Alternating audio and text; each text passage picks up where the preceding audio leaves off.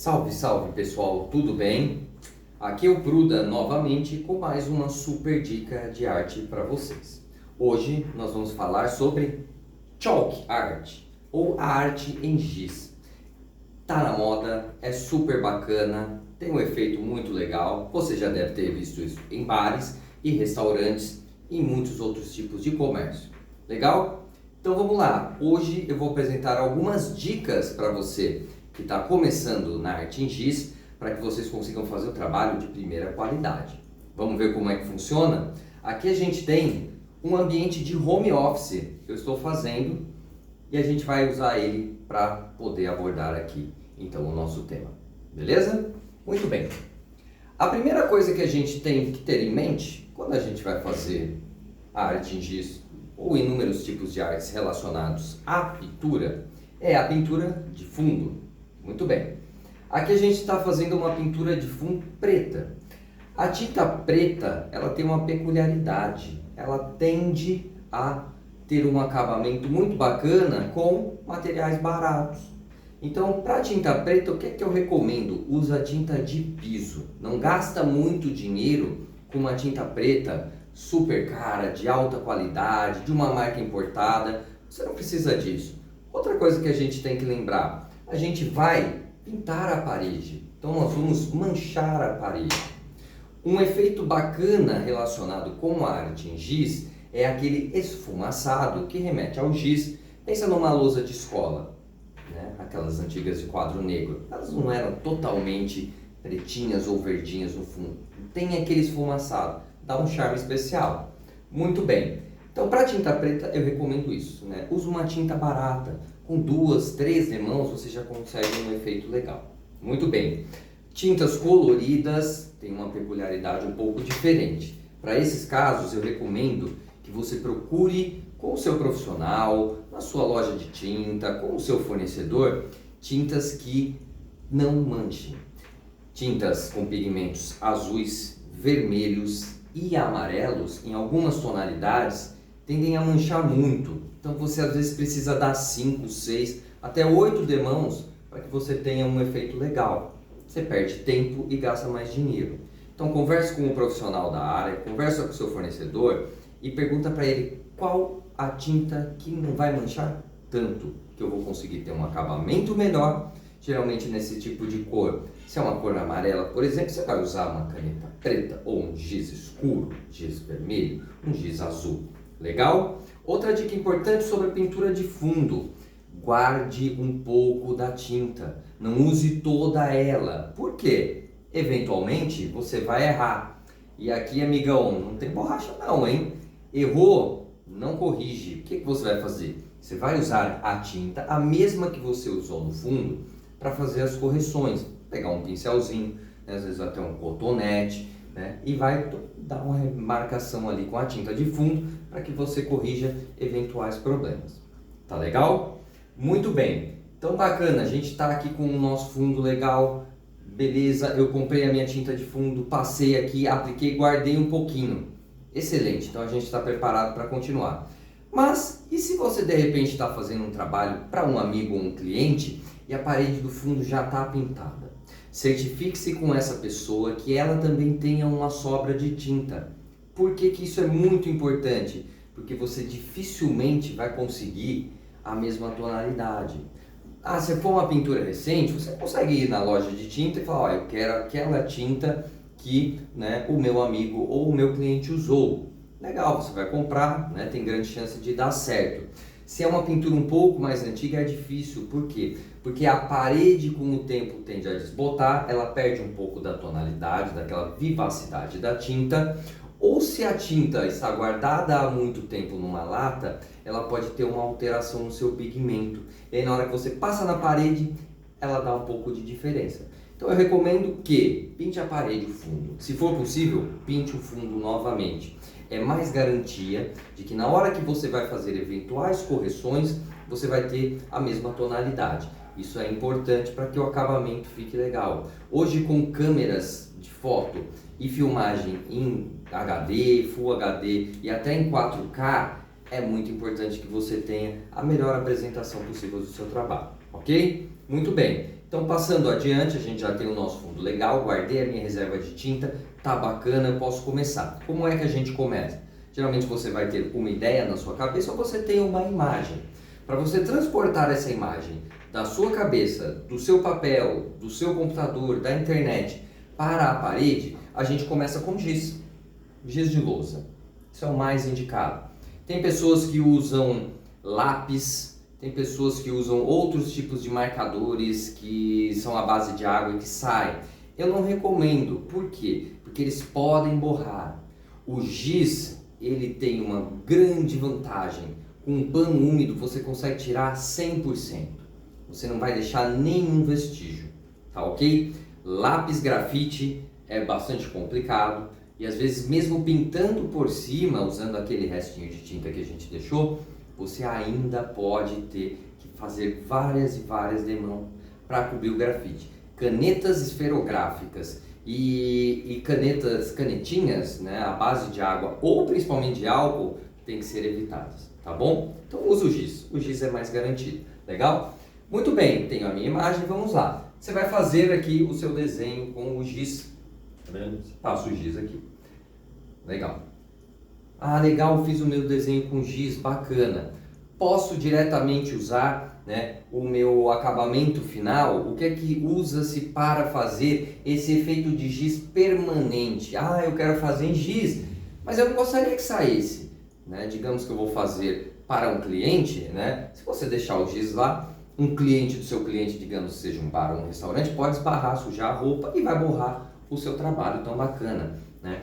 Para isso inventaram algumas canetas marcadoras, tem algumas marcas que são muito populares e que tem uma durabilidade grande e um efeito bem legal, né? Qual que é a desvantagem das canetas? Elas têm um custo alto. Então uma caneta dessa, né, por exemplo, ela pode custar entre 25 a 50 reais. Existem algumas marcas mais baratas, mas que elas não dão um acabamento tão bom no final e que elas podem sair com umidade ou se você esfregar muito forte. Ah, eu tenho uma caneta, eu comprei uma caneta, ela é mais barata, ela tem um efeito legal, ela pode sair, ela pode sair. O que que a gente pode fazer? A gente pode usar sprays de verniz fosco ou até acetinado para dar o acabamento final para que ela não saia, tá bom? Mas existem algumas marcas de canetas muito populares hoje. Se você quiser saber mais sobre as marcas, deixe seu comentário aqui que depois a gente pode entrar em detalhes aí para testar, ver quais são as marcas mais legais e quais as que funcionam melhor, tá bom? Então a gente aguarda o seu comentário. Muito bem, se você não quiser usar a caneta, se quiser usar o artifício mais barato de todos e que deixa um efeito muito similar, você pode usar tinta acrílica, tinta de parede, tinta látex, com um pincel, né, de espessura mais fina para acabamentos mais finos e mais grosso para preenchimentos maiores, você consegue o mesmo efeito.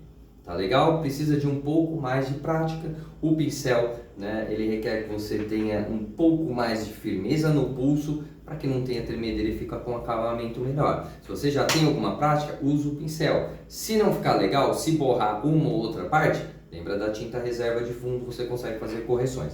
Legal? No nosso caso aqui, nós estamos usando a caneta. Por quê? Porque ela é mais prática, ela dá um acabamento em primeira demão muito bom e ela acaba dando pra gente também um pouco mais de agilidade no trabalho e às vezes a gente precisa ser rápido no trabalho para passar para o trabalho seguinte, mas é claro, sempre tem bastante atenção e cuidado e carinho com aquilo que a gente está fazendo. Legal? Então beleza, fiz o meu desenho de giz, já tenho aqui, né, o meu produto, o meu material com que eu vou fazer o trabalho final. Posso já passar? Não, não pode ainda não. Por quê? Existe uma questão muito importante, principalmente se você estiver usando as canetas. Elas têm uma ponta, vamos ver se consegue focalizar aqui legal, ela tem uma ponta que é como uma esponjinha e quando você pressiona, ela faz com que a tinta desça e aí você passa na parede, principalmente para paredes, né, verticais ou até inclinadas, né, você tem às vezes alguma dificuldade para que a tinta realmente fique na ponta da caneta. E se você, por acaso, passar aqui diretamente em cima do giz, assim que você acaba de fazer, o giz tem uma porosidade muito alta, os giz de argilas, então você acaba ressecando a ponta da sua caneta. O que vai acontecer? Você vai fazer um risquinho, daqui a pouco você vai ter que apertar de novo, fazer um risquinho, apertar de novo, você acaba perdendo tempo e às vezes você perde um pouco da qualidade da caneta na hora que você está passando. Então, o que é que nós recomendamos? Vai fazer? Pega um pano seco, bem sequinho, tira o excesso. Olha só. Tá vendo? Deixa ainda a marcação no limite. Opa, já está começando a perder aqui a minha marcação. Vai ficar difícil depois para eu saber o traço que eu vou usar. Para, já está legal. O importante é tirar o máximo de excesso possível, ok? Dessa forma você vai conseguir, inclusive, uma limpeza mais fácil depois no final do processo, como a gente vai ver daqui a pouco. Legal? Então, muito bem. Já tenho o meu desenho. Tá bacana aqui. Já fiz todo o meu design. Já passei o giz, já tirei o excesso, vamos passar a canetinha? Vamos lá. Vou passar a canetinha diretamente em todas as partes aqui à mão livre. Se você tiver prática, sim, você pode fazer. Se você quer um acabamento muito bacana, né, use régua e use referências. Por exemplo, aqui eu vou mostrar para vocês como é que eu fiz o círculo aqui do nosso símbolo, do nosso aplicativo de mensagens. Eu usei um copo. Eu já tinha feito o círculo na medida que eu queria, a mão livre. Para fazer o contorno, eu usei o copo. Coloca aqui, passa a caneta. Uma dica legal é a seguinte, pratica um pouco isso, que parece simples, mas ele tem alguma peculiaridade no processo. Por quê? Quando você passa, você vai dificilmente conseguir fazer um giro de 360 graus, principalmente se os círculos forem grandes. Por quê? Porque você vai estar com o braço segurando, especialmente na vertical, porque senão o copo vai cair. O que a gente faz? A gente começa num sentido, volta e passa no outro. Nessa junção, às vezes você vai ter aqui um desencontro das linhas, ou às vezes você vai ter uma linha um pouco mais grossa, um pouco mais fina. Se for esse o caso, você vai fazer o quê? Lembra da tinta que sobrou do fundo? Pega um pincelzinho fininho e corrige. Se precisar depois, passa a caneta de novo. Legal? E para linhas retas, é claro que você pode usar uma régua. A régua é importante porque você vai pegar a régua aqui, vai fazer. Se você tiver muita prática, você vai fazer. Lembra de novo que eu falei das super câmeras que a gente usa hoje em dia? Às vezes você olha o desenho, principalmente quando você tem um grande contraste, aqui eu tenho um fundo preto e um desenho branco. Às vezes eu tenho um fundo amarelo e um desenho azul ou preto. Quando você tem grandes contrastes assim, na foto você pode revelar bastante imperfeição. Então, para que você garanta que na hora da foto, na hora do vídeo, você não tenha tanta imperfeição assim, usa régua. É um artifício bacana. Tem gente que não gosta, que prefere fazer a mão livre, legal, se você tem bastante prática, manda ver, mas é uma dica legal se você vai fazer um trabalho fotográfico depois, ok? Muito bem, tirei o excesso, passei aqui, bacana, né? Como é que a gente usa a nossa caneta? Como eu disse, você vai pressionar a ponta e a tinta vai descer. Como eu já fiz isso uma vez, eu não vou fazer de novo, e isso é importante, porque conforme você aperta a ponta, tenha sempre uma superfície. Eu costumo fazer hoje que eu já conheço um pouco a caneta, eu já conheço o fluxo da tinta na caneta, eu uso a tampinha. Tá vendo? Tá sujo? Pum. Às vezes você vai fazer em cima de uma escada. Eu não posso ter uma mesa em cima de uma escada. Eu não consigo levar um pedaço de madeira para ficar apertando a caneta em cima de uma escada, mas eu tenho a tampa da caneta que eu estou usando. Eu tiro aqui, aperto, coloco de novo. Cuidado para não sujar a mão depois, mas é bastante prático, funciona legal dessa forma. Muito bem. Se você apertar demais, desce muita tinta, a ponta fica encharcada. A hora que você coloca na parede, ela vai escorrer. Outra dica, nunca aperte esse tipo de caneta na parede. Nem vertical e nem se ela estiver na horizontal. Por quê? Porque ela vai fazer a mesma coisa. Conforme você aperta, o fluxo da tinta vai sair. Você pode ter aqui um escorrimento grande. E aí depois é uma loucura, meu amigo, né? A hora que escorre, você fica desesperado, corre, pega o pano úmido, passa. Para evitar esse tipo de coisa, fica a dica. Nunca aperte. Aperta antes, depois passa. Aperta, passa. Você vai evitar grandes problemas. Vamos ver como é que funciona na prática? Dei uma apertadinha, ó. Tá vendo? Soltou um pouquinho de tinta. Eu tiro meu excesso aqui no pano. E aí a gente vai passar aqui.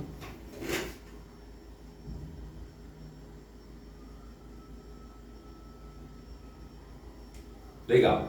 Uma coisa que às vezes acontece, né, e é normal e é que ajuda a dar o efeito, aonde você começa a passar, principalmente na vertical ou inclinado, ele vai ficar mais branquinho, no final ele vai ficar um pouquinho mais apagadinho. Por quê? Porque afinal de contas, né, a tinta está mais carregada aqui. Se você não quiser isso, o que você faz? Pega aqui, passa primeiro em uma outra superfície, tira o excesso e aí você faz, tá bom? Vou fazer uma linha reta aqui para vocês verem como é simples. Para fazer linha reta direto à mão livre, né, eu já tenho um pouco de prática, a gente acaba conseguindo um efeito bacana, não fica tão ruim mesmo na foto depois. No começo, apoie a mão. Apoia a mão na parede. Ou apoia o dedo, ou apoia o punho, ou você pode criar um apoio. Tem pessoas que usam varetas, você coloca uma vareta, como eu vou usar aqui com a nossa régua, tá vendo? Ó, sujei a mão. Você coloca aqui e aí você, aí você evita tremer, legal? Vamos fazer aqui da maneira com que eu estou mais acostumado, que é apoiando a mão.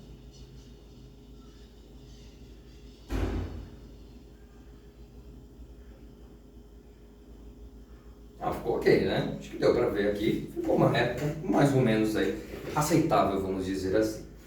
Muito bem, né? Você vai fazer isso tudo, legal. A partir do momento que está pronto, mas esse daqui vocês não vão ver pronto agora não, pessoal.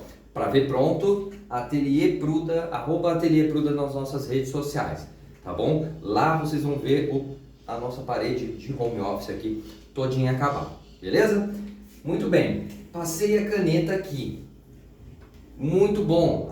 Tá com o giz no fundo. E agora, o que é que eu faço? Eu tenho que limpar esse giz. Qual que é a melhor maneira? Um pano úmido. A gente descobriu uma coisa com o passar do tempo. No começo a gente usava um pano um pouco úmido. Pouquíssimo mesmo. Qual que era o nosso medo? Muita água no pano poderia tirar a nossa tinta. E o que a gente fazia? Esfregava bastante até tirar todo o giz. O que acontecia? Esfregar bastante acabava tirando um pouco da nossa tinta. No final a gente descobriu, né, por sorte, que encharcar mais o pano, deixar o pano mais úmido possível, sem que, é claro, fique escorrendo, chovendo pela parede toda, porque ela vai manchar, né, a parte de baixo aqui da nossa superfície. Mas se você não esfregar, por mais umidade que tenha no pano, você consegue tirar o giz. Você dá uma passadinha, vamos ver como é que é? Ó, tá vendo que tá bem úmido, né? Ficou bem molhadinho. Daqui a pouco ele seca. Quando vocês verem o trabalho acabado, vai ficar mais ou menos assim que eu já tinha limpado. Vai ficar sequinho e não vai ficar manchado, tá bom? Então essa é uma dica importante. Bastante água no pano. Dá uma passada só. Evite esfregar. Passou uma parte do pano? Vira o pano. Por quê? Porque você acabou pegando e absorvendo o giz. Conforme esse giz, esse pó desse giz, mistura com a água do nosso pano, ele vai criar praticamente aí uma tinta. Dá para limpar melhor depois? Dá para limpar. Mas para evitar retrabalho, vai dobrando o pano. Passou, vira o pano. Passou, né? Vai abrindo o pano e procurando partes aqui em que você ainda não tinha colocado, né? Pano, que tipo de pano que é melhor para limpar? Existem panos que soltem muito pelo. Por quê? Porque ele vai ficar colocado aqui. O ideal é roupas de algodão. Né? Roupa de algodão, toda uma camisa velha vou jogar fora, não faça isso não, se não gostou manda pra gente que a gente aproveita. Mas se vai usar, né? Usa aqui uma camisa de algodão, dá uma chacoalhada nela antes de passar a água e passa ela aqui, é o melhor, tá vendo? Tá secando já sumiu todo o meu giz aqui, olha que bacana, né? E não vai ficar mancha nenhuma, legal? Não precisa esfregar. Não vai ficar manchado com a água, tá vendo? Evita escorrer. Se escorrer, dá uma esfregadinha rapidinho. Não deixa aqueles riscos, né, de gota de água escorrida. Muito bem, pessoal.